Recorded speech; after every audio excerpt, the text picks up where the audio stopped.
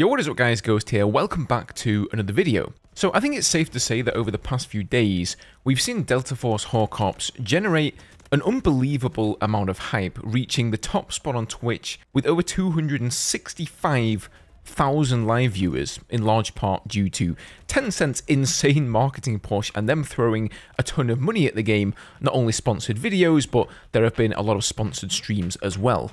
People have been touting this game as the Battlefield killer, and it feels like they can't really put a foot wrong at this point. And I've definitely done my fair share of that as well. My initial impressions video was a pretty glowing review. However, after several more hours of gameplay and as the initial hype of the game started to level out, I identified a bunch of issues that I want to discuss with you guys today. Guys, if you enjoy the content here on the channel, hit the sub button, hit the like button. There's going to be plenty more Delta Force to come here in the future, as well as Battlefield, of course.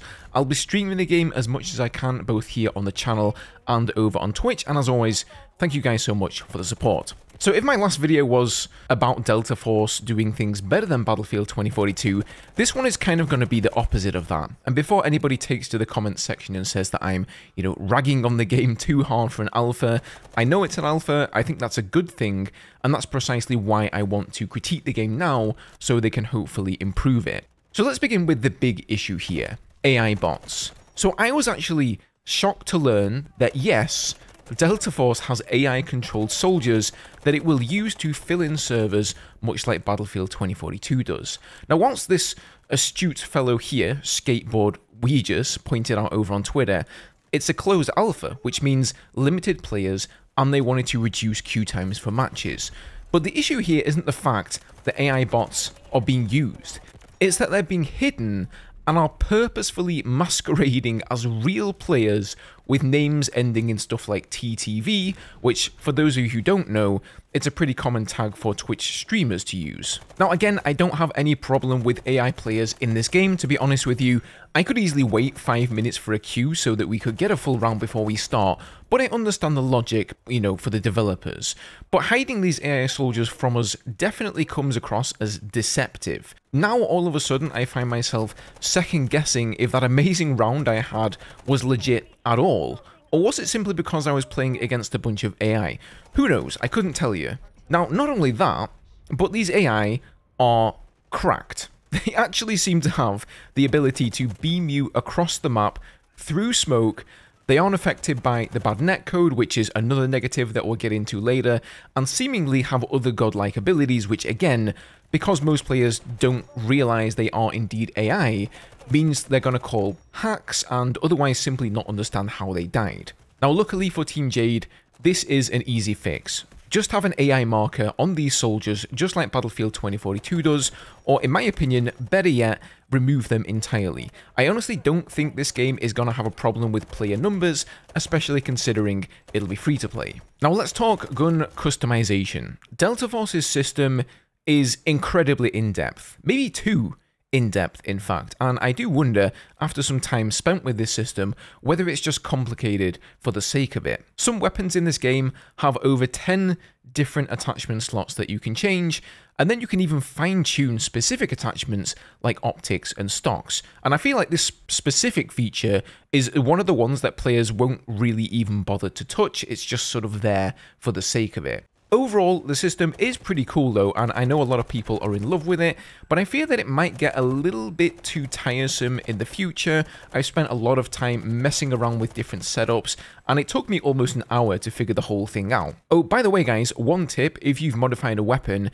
and you move over to the loadout tab, you can then save that configuration to one of 5 custom slots for that specific weapon, which will make equipping it for all of your other operators much easier. I also can't quite figure out how the weapon locking system works between operators. Instead of having all the weapons open or certain categories locked for an entire class like most of the Battlefield games do, it's like the medic class and the engineer class, they can use assault rifles, but just not all the assault rifles. So for instance, you can use the starting assault rifle or the AK, but when you unlock the QBZ, I think it is, and you use all of your weapon XP tokens to level it up, just like I did, then you find you cannot equip specifically that weapon to the other classes. It's just kind of weird to me, and not super obvious how this really works. Now, whilst we're on the topic of classes, they've undoubtedly decided to copy one of the worst parts of Battlefield 2042, the specialists. So instead of having a nameless, faceless soldier and 4 distinct classes where you could chop and change your gadgets, which I think is what the vast majority of people wanted, they have these operators that, whilst not quite as embarrassing to listen to as Battlefield 2042's specialists were, they're still pretty cringy. You know, I could honestly do without, like, the badass walk towards the camera at the end of a round with the fist bumping that every game seems to want to imitate these days. Like, what even is that? But what's worse is that they have all but one of their gadget slots locked in Havoc Warfare. So you have the Assault Operator that has an array of amazing gadgets like self-heals, a grenade launcher, these go faster exoskeleton legs, and a passive that lets you slide. Or you've got the Medic that has this insane healing pistol and some really handy smoke grenades and gadgets. But if you want to get access to an RPG to take down vehicles, which, by the way, are wildly overpowered in this game, you have to swallow the much worse loadout for the Engineer, which includes these sonic mines that disrupt enemies and a drone that flies forward doing the same thing. Like, is it just me, or is this loadout just kind of bad? I don't know about you guys, but the only reason I play the Engineer is to get access to the rocket launcher, and not much else really.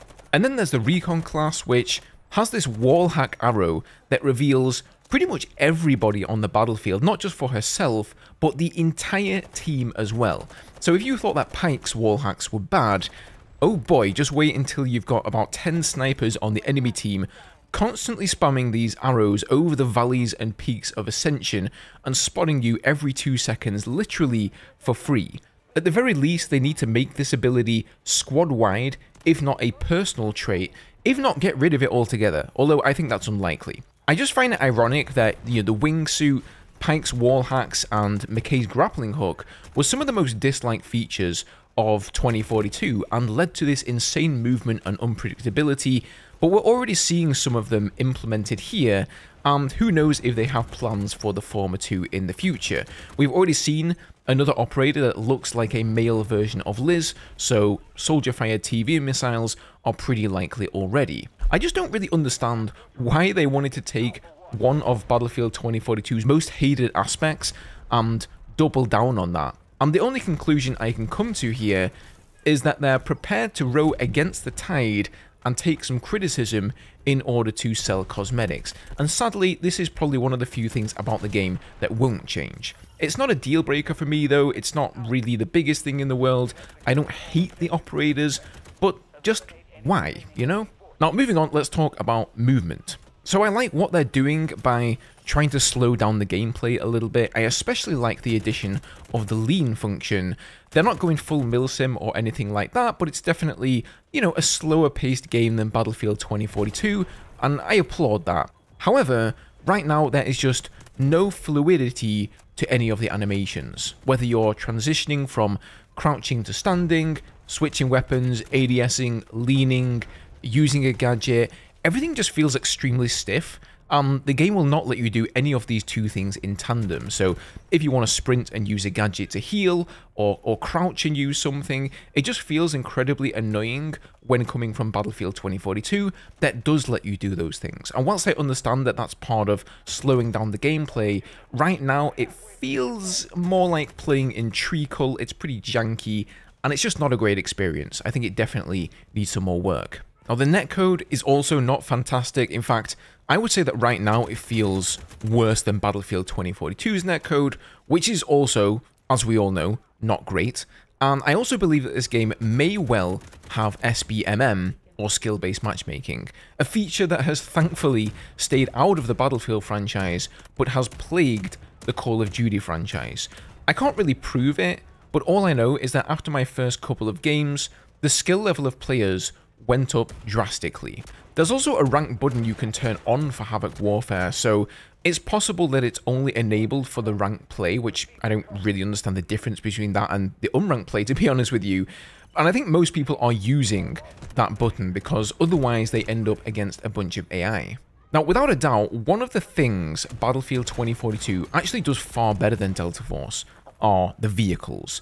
The flight mechanics of the helicopter, the ground mechanics of tanks, just moving vehicles in this game feels very unresponsive. Most of the vehicle weapons are absurdly overpowered, but when enough people on the enemy team do decide to pick up the engineer class, it's not really hard to take them down either, because the ground vehicles are just so slow, so unresponsive, and it's incredibly frustrating to pillar with a tank, for example. So if you're a Battlefield 4 fan and you were hoping this game would have superior vehicle play to that of 2042, well, I'm sorry to disappoint you yet again. And then I think as a final point for me, the destruction in this game was definitely oversold and overhyped.